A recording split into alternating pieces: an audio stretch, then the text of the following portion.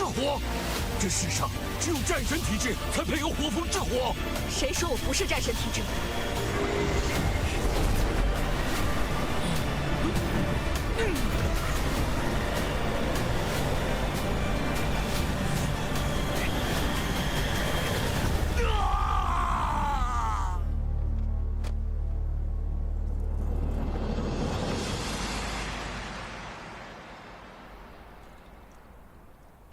小鱼，你知道吗？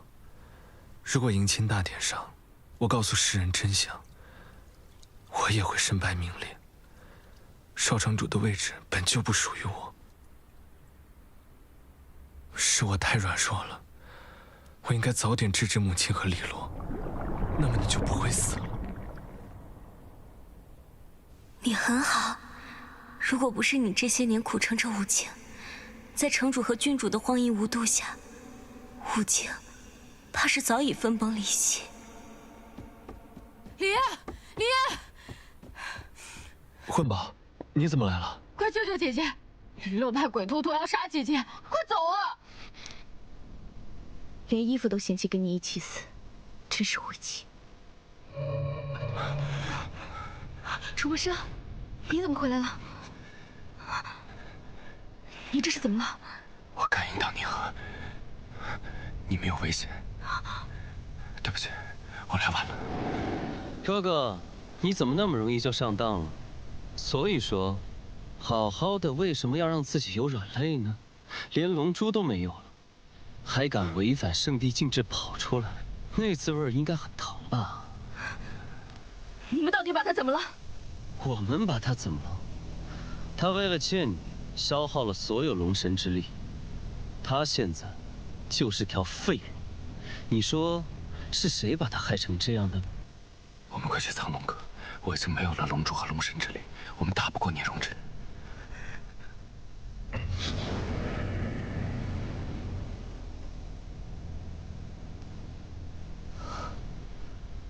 以鬼头陀的实力，凤指楼不死也应该重伤才对，怎么回事？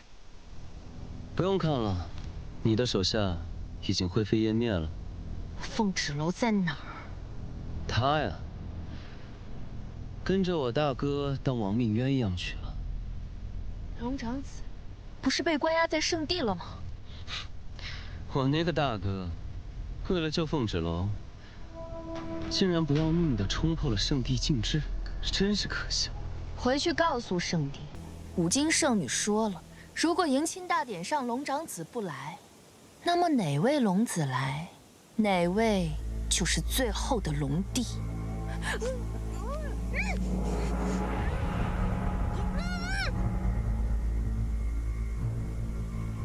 期望越大，失望就会越大。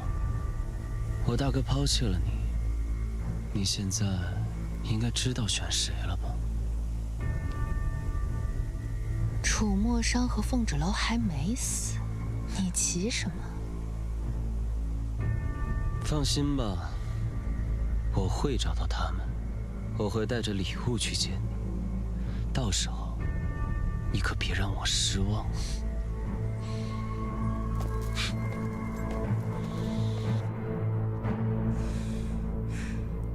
我看就是心疼自己妹妹，舍不得自己少城主的位置。我现在过去把黎洛给咬死，这样的话大家都省心。混宝，你杀了黎洛，就等于杀了五经圣女。就算她是假的，龙帝也绝不会放过你。哪怕解释黎洛和我母亲的事情，他们也只会当成我们在为凤指楼和龙长子开脱责任。五经圣女，五经圣女到底是什么？难道那些异界妖魔真的会害怕黎洛这样自私的蛇蝎啊？是啊，混宝，凤指楼才是真正的五经圣女。那么她与龙族联姻，又代表什么？连龙族和人族都想不明白的问题，你问蛇啊？喂，喂，喂，喂，我是蛇，我咬你一口，你肯定会中毒的。我天生有毒，这可不能怪我。小鱼，都这个时候了，你赶紧出来救救他！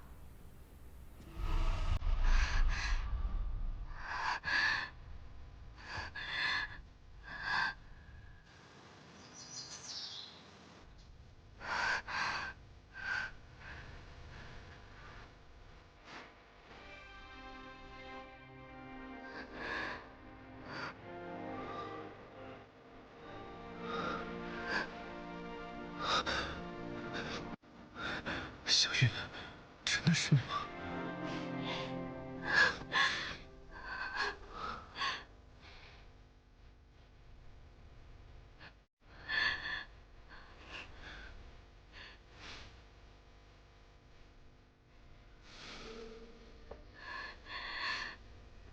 小鱼当时有多危险啊！要不是我姐姐医术了得，将小鱼救了回来，以假死的方式安排他逃脱城主和黎洛的掌控，你小子现在会有这般美事儿？姐姐什么都安排好，不知道她自己怎么样了。他们3日之后怎么回来？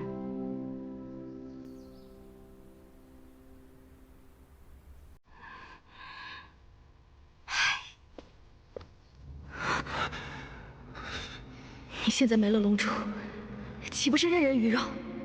放心，我会尽快向父王讨回龙珠。可是你放弃的，那是龙帝之位，你会不会后悔？我追求的从来不是龙帝之位。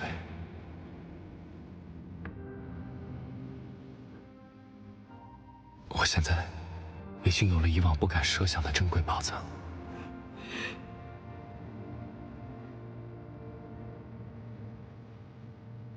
是我疏忽了，我忘了龙族不需要吃人类五谷，而是靠吸收天地灵气。仔细想来，从我们同房开始，你就已经不思饮食了。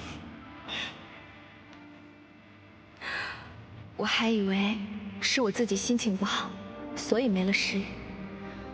我从龙王令的书上看到，自龙子怀胎，他就会一直吸收我体内的养分，直到出生。楚墨伤，你说我这个样子，会不会只能跟你做3年半的短命夫妻？怀孕不是你一个人的事情，天地灵气我会给你，但是这个圣地印记的空间坚持不了多久，聂荣轸随时可能会摧毁这里，到时我们2个都得死。那怎么办？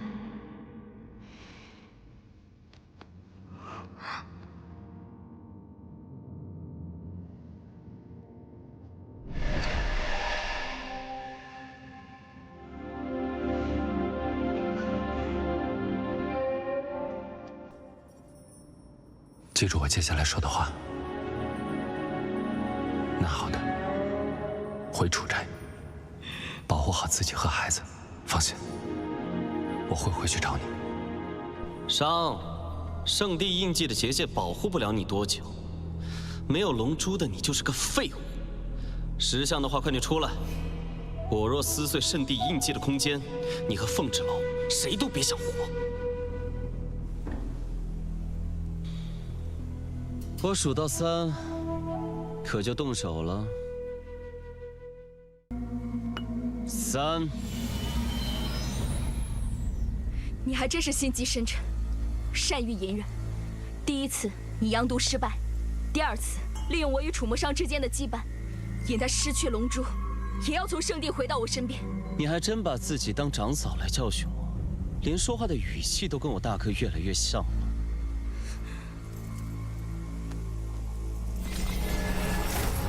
你如此大动干戈，不就是想借这次机会解决掉我？哼，是，你一日不死，我永远是父王退而求其次的选择。至于他，就更留不得了，竟然还怀有我们龙族的血脉，看来真是又多了个麻烦。那好，护县令，去楚斋，我会去找你。你务必小心，一定要来找我。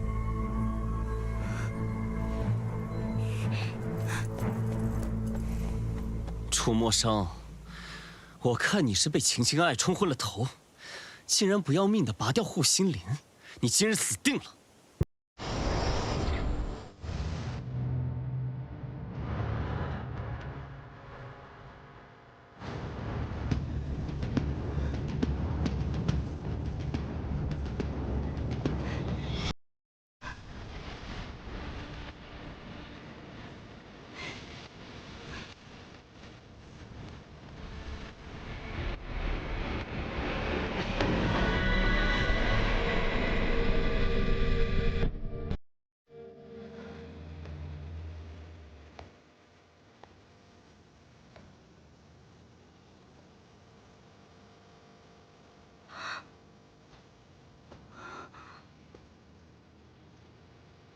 怎么站在外面？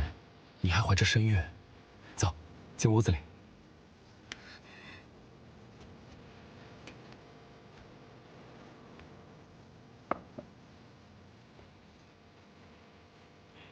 我特意托人从五境带回的糕点，吃点甜的，心里就不苦了。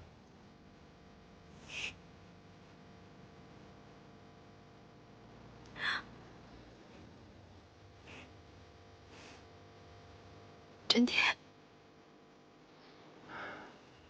自打和你相识以来，你总是不让人省心，处处惹麻烦，脾气又倔，总是得罪人。你也不要怪我父王，他实在是没有法子了。娶了我这样的人，让夫君费心了，让你在家里受了那么多的委屈，为难你了。好在我能帮你打开慧根，助你午休。娘子聪慧，不喜他人教条，吃了亏长了教训，办事做事也渐渐沉稳。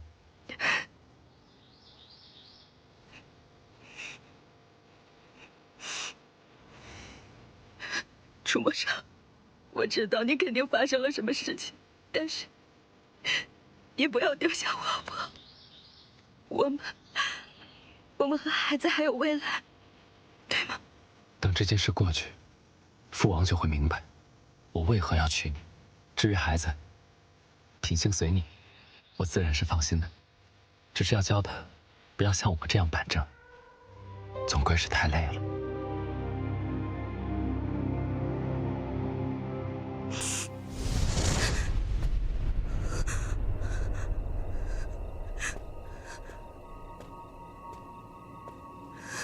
楚墨裳，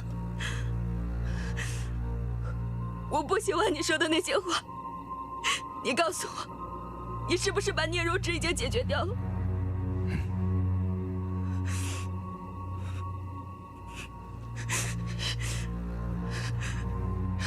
我知道，我现在还在梦里。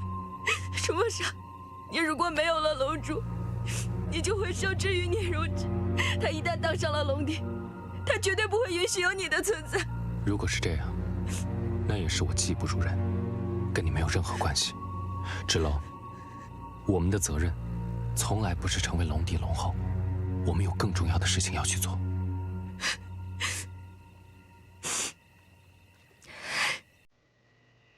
我知道，我们一直都是心意相通的。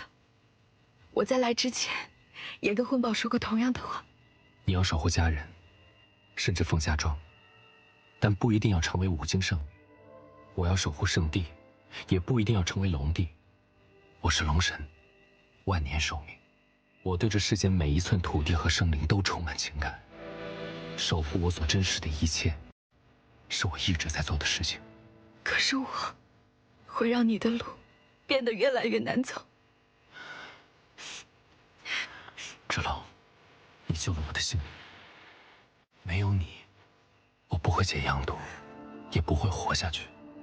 但我娶你，不是为了报恩，是责任，是情不知所起，是本能，是天性的吸引。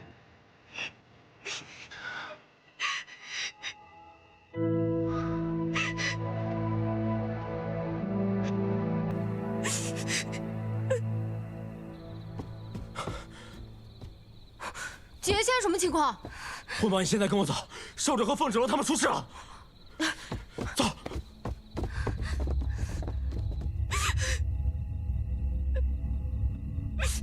抱歉，以后你要一个人走下去了。但是我的护心灵会一直保护你。不要，我不要一个人。凤儿小姐，凤儿小姐，凤儿小姐，快醒醒！凤儿小姐，凤儿小姐，发生了什么？我这是怎么了？楚墨裳呢？你晕倒在大门口，是我们将你带到此处。凤儿小姐，你手里拿的是少主的护心令。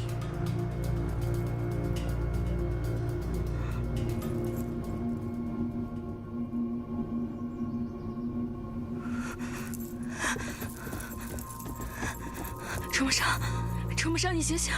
只是暂时维系住了少主的性命，但他伤得太重，五脏俱损，已丧失意识。没有龙珠为他恢复，少主很难坚持太久。我们已经束手无策了，怕是无力回天了。什么无力回天？就是医术不精罢了。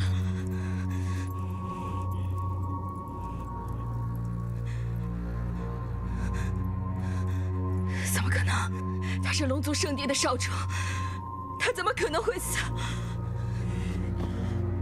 我们没能保护好少主，我们愧对于你。我怎么就是只鸟？到底发生了什么？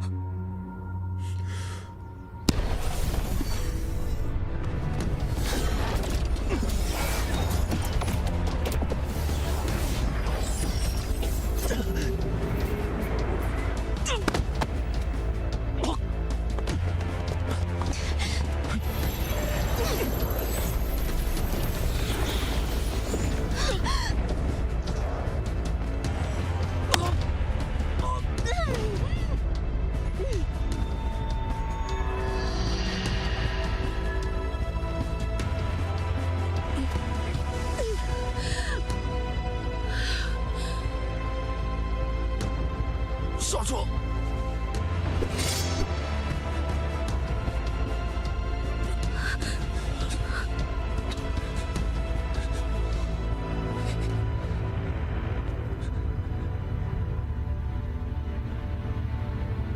回主宅。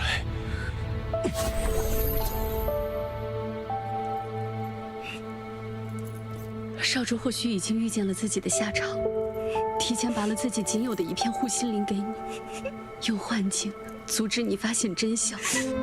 万年来，少主背负着圣地龙族的生命，他总是一个人辗转各地治灾斩魔，从未抱怨过。为了防止自己陷入险境，少主将自己的逆鳞化作了圣地印记，里面有他一部分的龙神之力。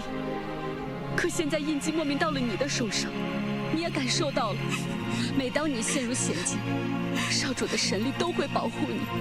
如果龙珠还在少主体内，也许能帮他慢慢恢复伤势。但龙珠被圣主夺走，要挟少主放弃你，与黎洛成婚。没了逆鳞，没了护心灵，少主又与聂荣芷大战，耗尽了最后一丝神力，神魂溃散。如今，就算龙珠回到少主体内，也很难唤醒他。他只剩下一副躯壳了。你怎么样？我不重要，重要的是，少主如今身负重伤，若是聂荣芷成为龙帝，圣帝和长剑会怎么样？楚墨伤，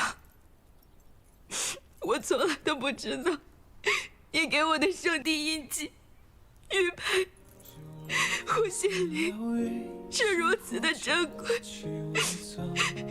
原来，他们就是你生命中的一部分。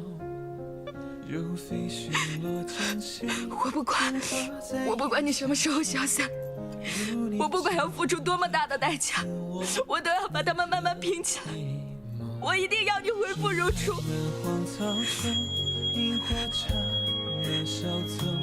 少主的神魂，少主的神魂寄宿在护心灵上，怪不得我刚才做了一个很长很长的梦，我梦到他好端端的在我的面前，那也不是完全的梦，是他的神魂一直都陪着我。龙族此生只会将护心灵交给最爱的人，因为护心灵下面是龙珠，保护龙珠就是保护自己的生命。少主将护心灵交给你，是他的选择，他一定觉得你比他的生命还要重要。我想少主无怨无悔。即便是把护心灵还给少主肉身，没有龙珠护体来恢复龙神之力，他的生依旧是无力回天。龙珠可以救他，你们立刻回圣地。万万不可！少主是宁愿放弃龙珠龙帝之位来到你身边。飞渊、白鹿，我风之龙再次请求二位立刻回到圣地，禀报龙帝，楚墨伤之所以要坚持与我在一起，是因为我已怀有龙子。若我只是人族普通女子，3年之后，我将龙子产下，我必定无法活下去。无论他们相信与否，我就是5经圣女的血脉。龙子，这是上天的恩赐，龙族和龙族的联姻都很难再降生龙子。我一定赴汤蹈火，在所不辞。混宝在外边，给您做了隐身结界。您如果要出去，请务必小心。你们快去快回，我在这里等着你们。我们定将龙珠带回。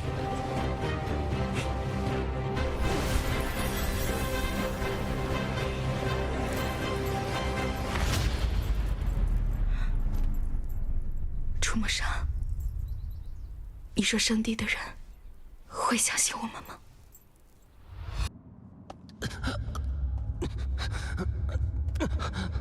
父王，这一次我真的不想再包容哥哥了。他为了建凤豸楼，不惜闯开你设下的禁制。我本来在长街想劝哥哥回圣地，但没想到他竟然联手凤豸楼，用圣地印记将我重伤致死。那少主今在何处呢？应是和凤豸楼在一起。简直是色令智昏！我等原本等着商少主回心转意，等来的却是他背弃我们。这凤豸楼到底是何许人呢？竟然能挑拨龙族2个龙子决裂，简直是恶毒至极，就是恶魔的化身。圣主，为了避免少主执念于凤豸楼，我们曾到长界见过凤豸楼。凤豸楼只是人族凤家庄的庶出2小姐，在遇到少主前没慧根，不能午休。她与圣地印记结契，因极阴之体能解阳毒，才和少主有这份姻缘。若论资质和品性的话，虽是长界之人，但确实比黎洛郡主更适合少主成为龙后。圣主，事情并非芷少主所说，芷少主与商少主对决，如今商少主失去龙角，又没有龙珠恢复，现在5脏俱损，所以没能回到圣地。而且少主即便没有龙珠，也要打破禁制前往长界，是因为感应到凤豸楼和他腹中的龙子有危险。什么？白鹿，你刚才说什么？你刚才说凤豸楼腹中有龙子？圣主，千真万确，时隔1000年，你要有龙孙了。商平日里想着他做的事，看上去无欲无求，突然间开窍了，怎么突然开窍了？哎，长老，快占卜我的龙孙如何啊？好啊，好啊！圣主，人族寻常女子怎么可能轻易怀上龙子？商少主之前所说句句属实啊！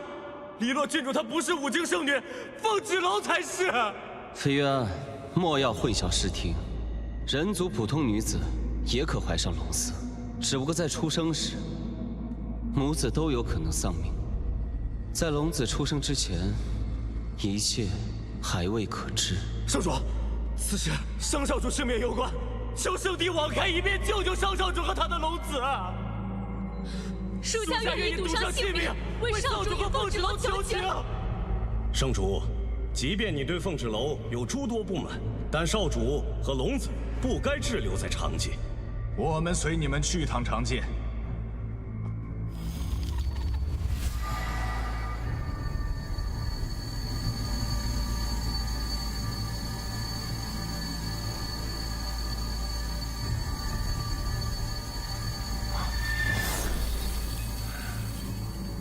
无论如何，让商回来，我要听他解释这一切。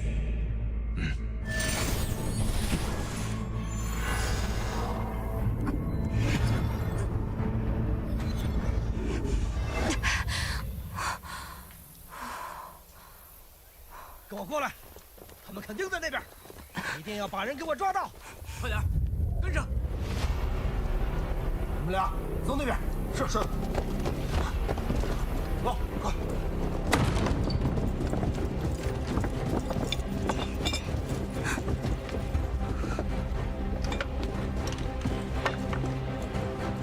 没有。走仔细了。是。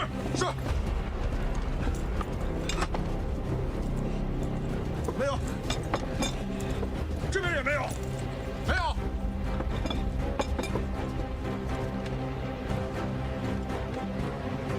哼！给我搜，务必找到月娘和凤指头，以及龙长子的行踪，他们必定逃不远。遵命。我可是900年的妖兽，我亲自做的结界，岂能被你们这群庸人轻易发现？哼！姐姐和少主，你们一定要平安啊！楚牧上，我和孩子都很需要你，你一定要快点醒过来。你打算要我记你一辈子吗？我告诉你，绝无可能。你的圣地印记，你的护心铃，你的冰封剑，你所有的一切，如果你死了，我就把它们统统丢掉，我绝对不会留着的。如果飞渊和白鹿带不回你的龙珠，我就在这里，我就在你身边，我就一直陪着你，直到我们孩子降临，我就以生死的方式，我就把这个破印记摘下来还给你。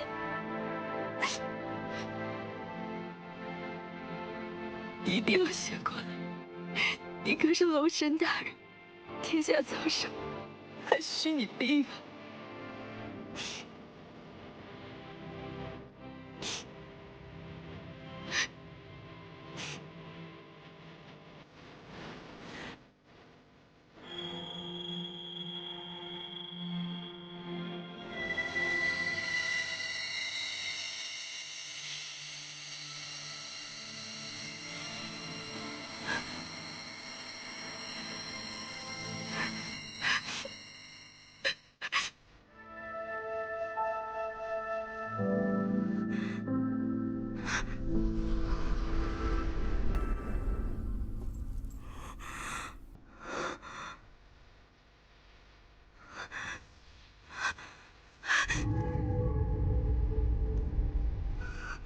芷龙，你现在见到的是我的神魂，护心莲里有我的神魂碎片，我才能幻化出来。但是，我也只能陪你片刻。楚牧上，你为我做的一切，我都知道了。你怎么那么傻？你把所有珍贵的东西，你都给了我。自我降生以来，我耳边就只有一个声音：作为龙族太子、圣地少主、龙帝继承人，我必须要变得更强大。只有我变得无比强大，我才能守护圣地和长界。这也成了刻在我骨血里的使命。为此，我从来没有抱怨过、抛弃过、质疑过，直到遇见你。说来也可笑，在人们心中高高在上、无所不能的龙神大人，也是一个会被亲人背刺、会被阳毒折磨、会让父亲失望的可怜虫。但也正是这些软弱痛苦的时刻，让我感受到我真实的活着。谢谢你，芷龙，是你让我知道，我可以守护天下，但唯独守护不了自己。我一点都不后悔，我做的所有事情，都是为了护你安危，带上孩子，好好过自己的生活。如果我们两个只能活下来一个，我希望是你。这也是为什么我把护心莲留给了你。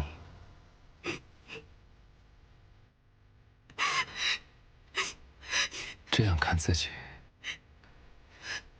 还真是有点奇怪。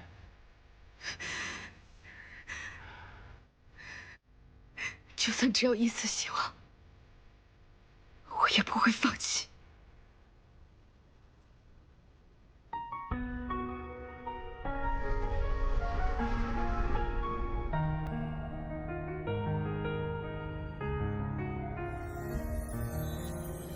想点开心的事情吧。我计划着把一切事情都解决完以后，我们就一起回到凤家庄。如果你想把孩子带回圣地，你不要对他太过严厉。我还是希望他能像你一样，在凤家庄自由、野蛮的生长。比起龙子，我更希望是龙女。我相信你，一定会在圣地让他开出不一样的花。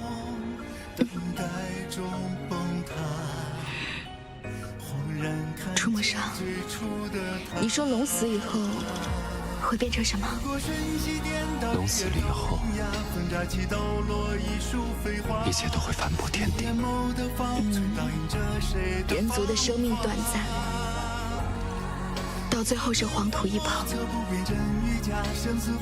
其实我们都是一样的，在不远的将来，我们会在很近很近的地方再次相遇。你说呢？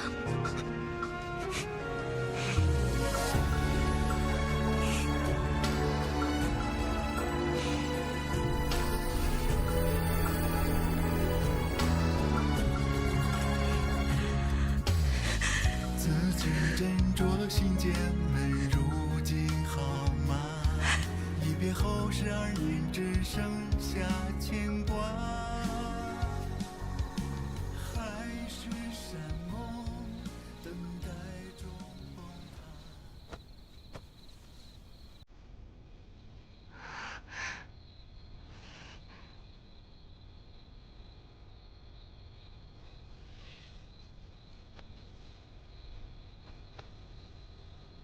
小小年纪竟有如此手法，你真是个了不起的姑娘。小鱼医术师承储医馆，可以配得上司药局掌事的位置。我记得五京城有此技艺的，也就只有储医官了。他是个老顽固，只说要把他的医术传给他认可的弟子。他果然没有看错人。我想芷楼了，我想这样每天抱着他。下次见面，你就可以这样抱着他了。小鱼，时辰快到了，我们该走了。最近一直没有听到芷楼来，你们告诉我，他是不是遇到什么危险了？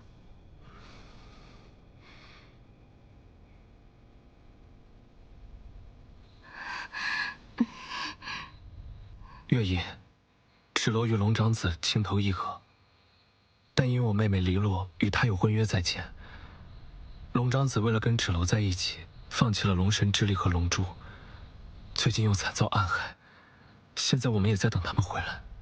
你们知道黎落为何能成为五京圣女了？我和芷楼就是五京圣女的后代。凤家庄是五京圣女的故乡，奈何你母亲从中万般谋算，芷楼与龙族少主能在凤家庄结缘，一切都是命中注定，他们是天作之合。对不起，月姨。不怪你，月姨没事。芷楼与龙族少主之间，万般皆是命数，所有的考验都是必将经历的劫难，只有渡劫，才能重获新生。上古龙神和五京圣女，才能庇佑他们。以前我是被母亲的身份迷了心，瞎了眼。我怎么可能会有黎露那样的女儿？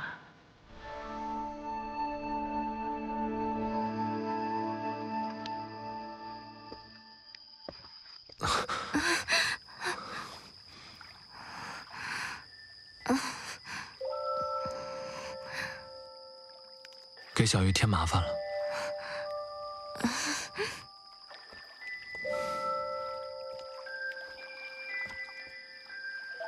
小鱼，你愿意照顾我，我心里十分感动。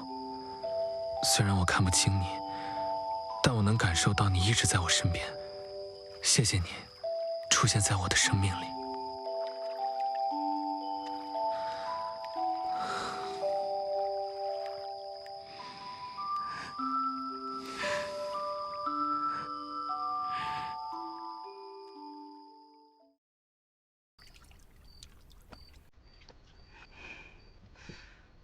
小鱼，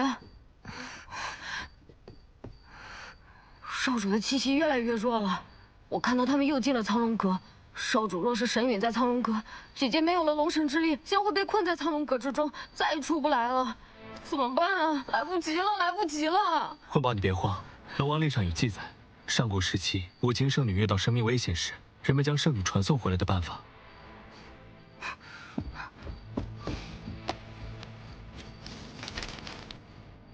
龙王令的说，能将五经圣女传送到五经城任何一处的圣女祭坛。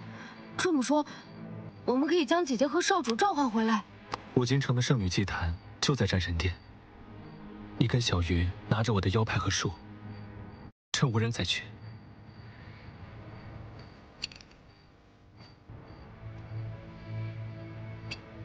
放心，我会拖住李洛和我母亲他们。走吧。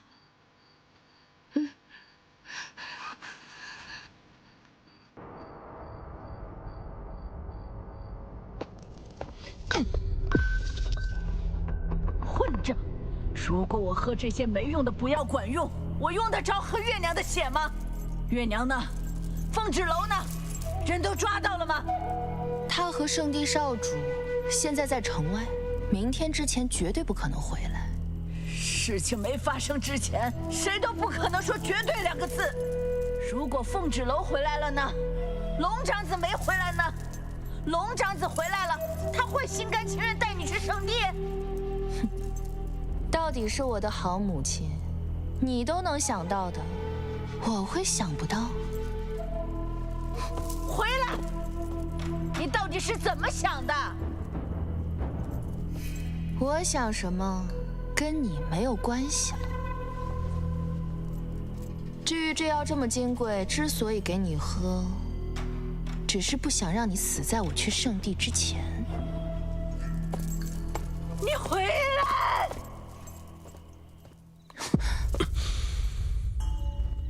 你瞧，即便你取得了前往圣地的资格，在别人眼中，你还是被楚墨商给抛弃了。他为了凤芷楼，还是不要命的回来了。为什么？为什么楚墨商到死都不愿意选我？你看，这是什么？你把他杀了？这是我的礼物，五经圣女只能是我的妻子。好啊，等我成了龙后，我要杀了凤芷楼，灭了凤家村，谁都不能阻止我。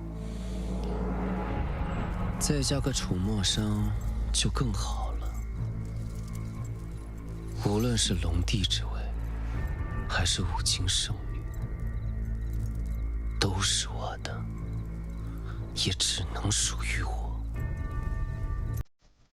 因为只有胜利者才有权利写下战功。你说的对，我们果然是一类人。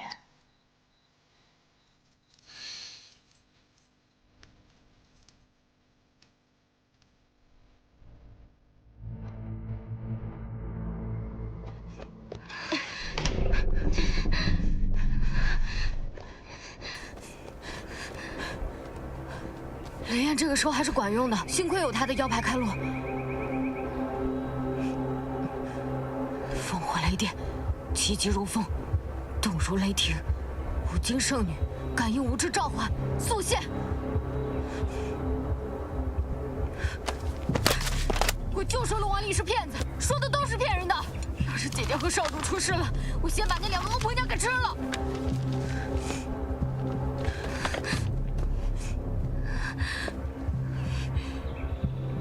烽火雷电，气急如风，动如雷霆。五经圣女，感应无知召唤，速现！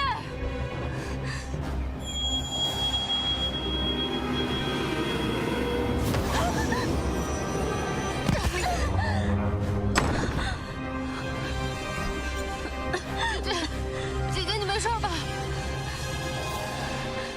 我刚看到姐姐的影子了，现在咱们该怎么办啊？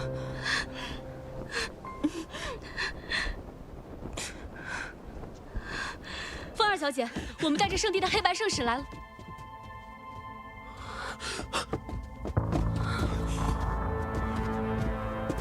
姐姐又别说了，神去哪儿了？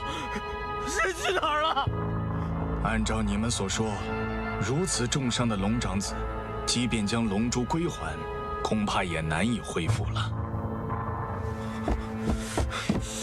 你个老东西，你在胡说八道些什么？少主没有龙珠没法恢复，他怎么可能会死？他怎么可能会死啊！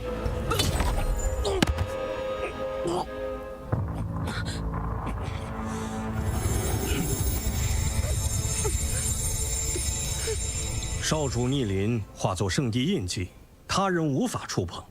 帮少主防御治愈着被攻击的伤害。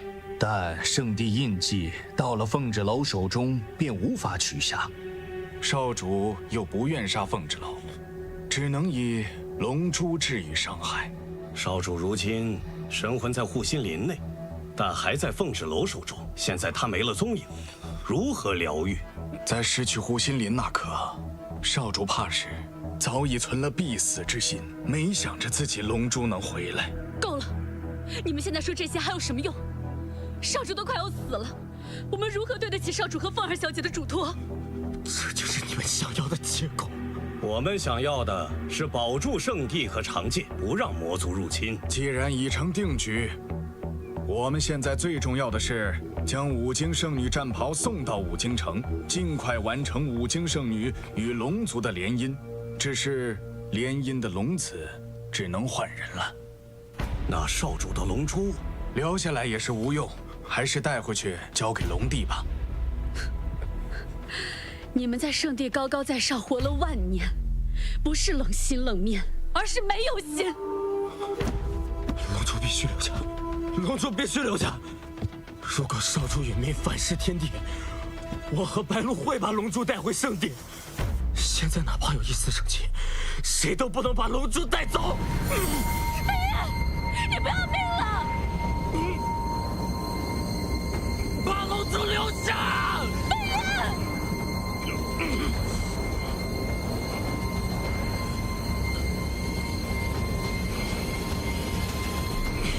龙珠可以留下。既然你们愿意等待神迹，那就在此处等候吧。记住，不要忘记你们的使命。圣地与五经联姻大事，你们两人必须回来帮忙一起操持。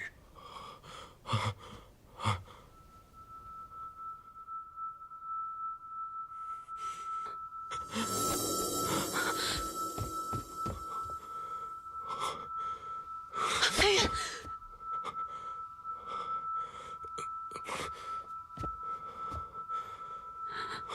少主真的没救了。不，一定有办法。我们从进门就没有见过凤豸楼，他不会轻易带少主离开。如果有一线生机，我们就不能放弃。飞燕，你最近真是意外的可靠。少主平时那么可靠，我迷糊一点也很正常。以后换我来保护你。圣主，带我们去查看少主的情况时，一切都已经太迟了。少主回天乏术啊！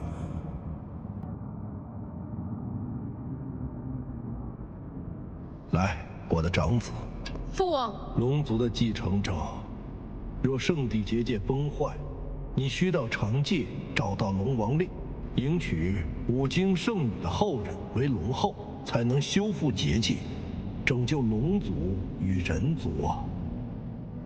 必不辱使命。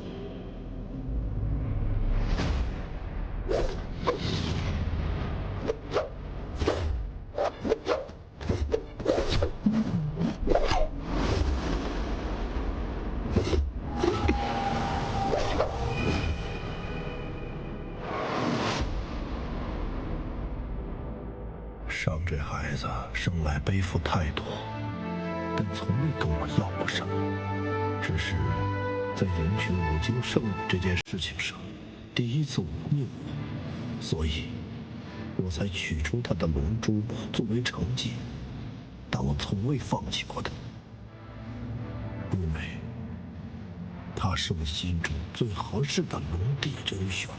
圣主，大错已经酿成，我们该为接下来的事情做准备。你们带着五经圣女的战衣前往五经城，只说龙族将换次子来联姻，待迎亲五经圣女到圣地，我会将龙帝的位置传给芷，让他们成为新任的龙帝和龙后。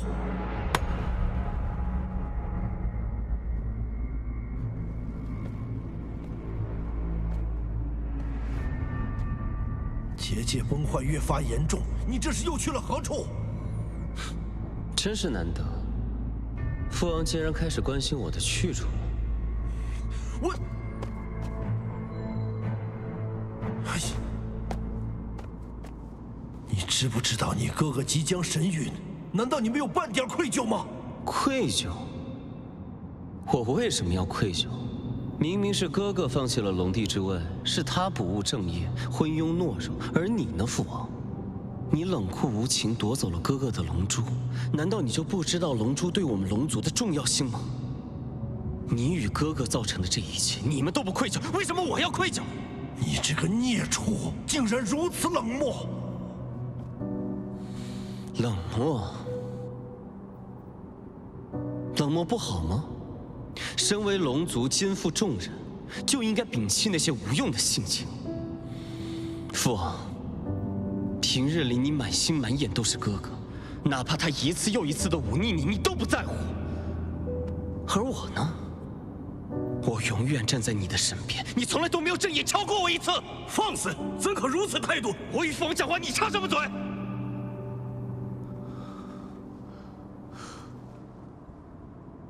我告诉你们，现在整个龙族的重任都交到了我的手上，只有我才能成为龙帝，只有我才能迎娶五经圣女。上经历过的事、做过的事，你没经历过，你未必做得到。父王，你还有得选吗？我就是你的唯一，你没得选。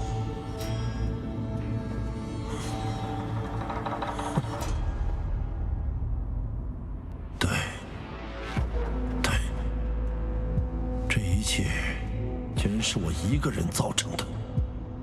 收拾一下你这不成体统的样子，去五经城战神殿吧。聂荣芷必不负重托。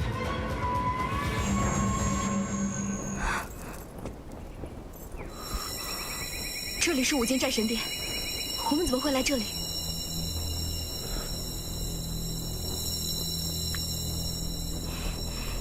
在傅家庄，你是一个人。现在有很多人在等着你，你就是他们选出来的五经圣女。即使有人可以事先伪装成圣女，却也无法被龙王令的古籍召唤。原来龙王令上早就记载了如何验证真正的五经圣女。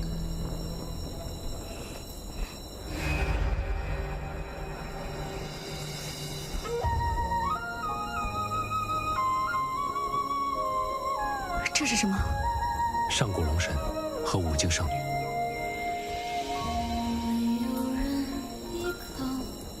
楚墨生，若这是最后的时光，我希望未来想到此刻，不会留有任何遗憾。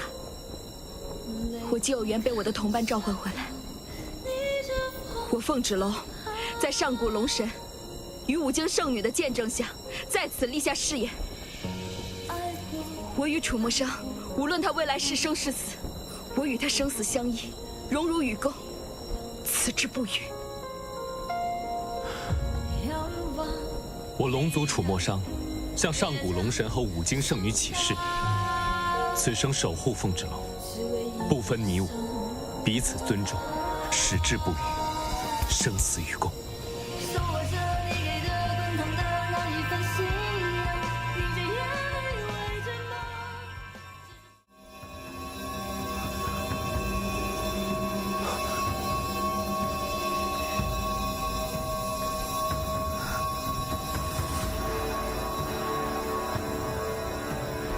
这是怎么回事？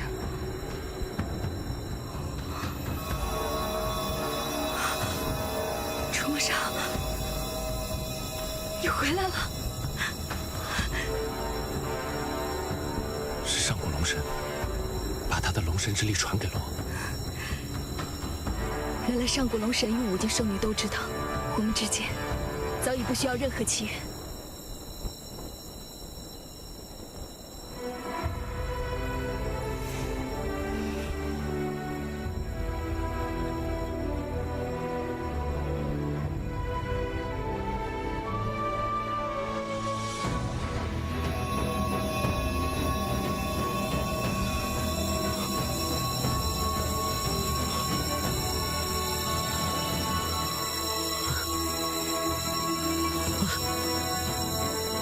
刚才发生了什么？是少主的机器，他一定想到自救的办法了。走。异界魔族，休想伤我同类！如果可以，我真的很想和你一样，再活千年万年，共同守护这片土地，守护我们所珍视的一切。人族寿命有限，但我们子子孙孙会替我们守护长界和圣地，守护天下苍生。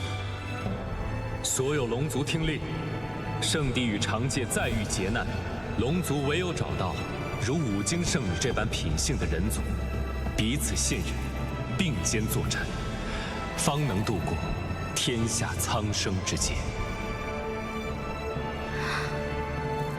原来上古龙神和最初的五境圣女，不仅是战友、挚友，还是爱人。所以上古龙神与五境圣女之间，不仅仅是联姻，才可以拯救苍生。所以芷楼，你就是我真正的五境圣女，是你让我找到了龙族真正的龙王令。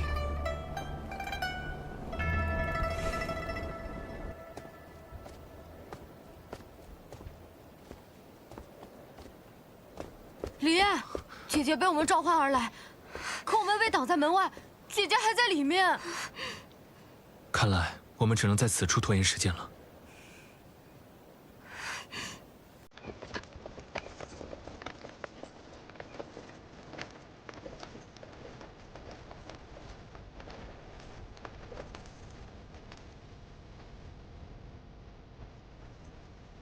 哟，今天刮的是什么风？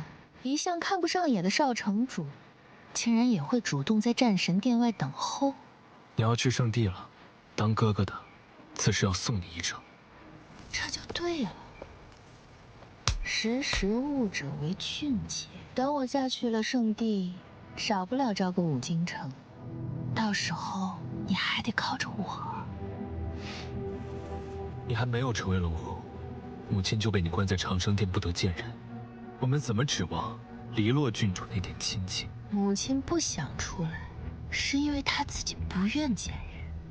是，这么重要的场合她都不肯露面，要讲一辈子的她，为了你到圣地，真是用心良苦。难不成你还想拦着我去见圣地的人？你别忘了，少城主，你现在没资格管。说的好像你有资格一样。我是五京圣女，我看今天谁敢来我家。来人！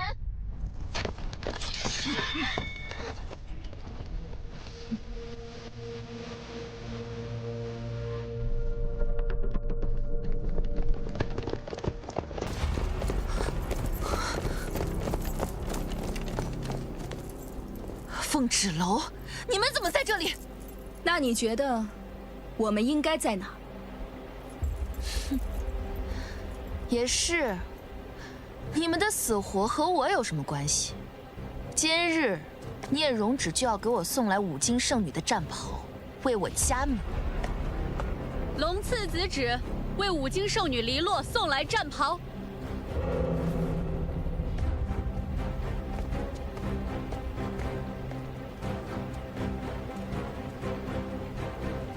凤芷楼，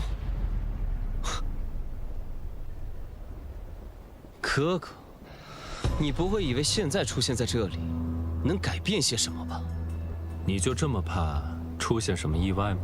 哥哥真是每次出现，都让人意外惊喜啊！恭喜少主平安度过生死大关，真是太好了！圣主在圣地知道的话，定会欣慰不已。少主，我等原是奉龙帝圣主之命，将战神金丝锦袍送到五京，明日举行迎亲大典，让龙赐子旨迎黎洛郡主到圣地。你竟然今日平安归来，那么这迎亲之人，白衣圣使。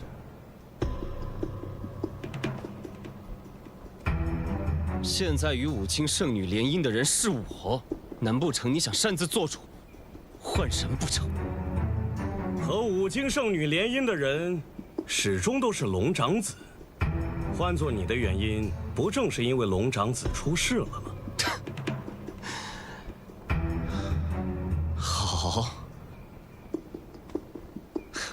好，我想你们误会了什么。我说过，我不会娶黎洛，也会阻止圣帝和黎洛郡主联姻。我来这里不是为了跟聂荣芷抢什么东西，而是因为我已经知道了龙王令真正的意义。龙族和五京圣女，并不是要靠联姻才能拯救圣地崩坏。少主，你有什么事情可以回圣地跟圣主说。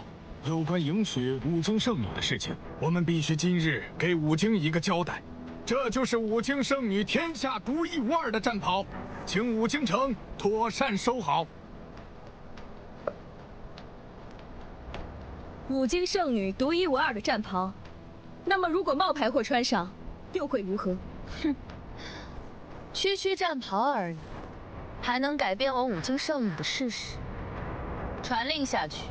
重兵看守五京圣女的战袍，任何闲杂人等不可入内，不得有任何闪失。遵命。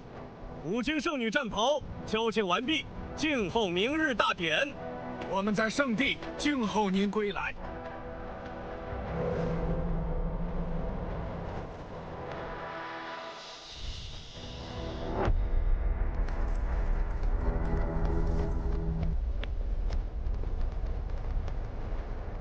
姐姐，少主，你怎么样了？姐姐，我以为再见到你了，姐姐。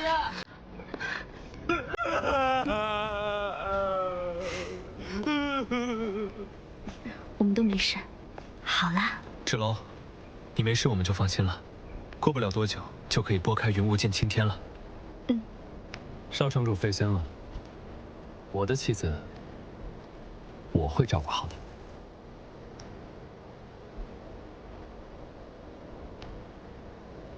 少主，你误会了，我对芷楼一直都是钦佩之情。是的，少主。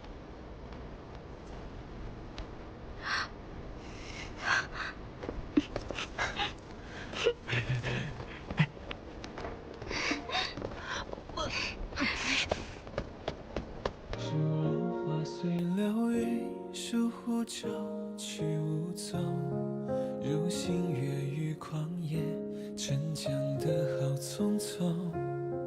如飞雪落掌心，融化在檐下中。如你惊鸿一瞥，怎我难可一梦？如漫漫荒草中，萤火刹那稍纵。如两夜之晚风，拨乱发丝朦胧。如忽闪的念头，说翻涌就翻涌。那些萍水相逢不爱，人却镂空。你写一枚浪花，惹一场海沙。情似一缕鸿毛，卷一座孤岛。是浮现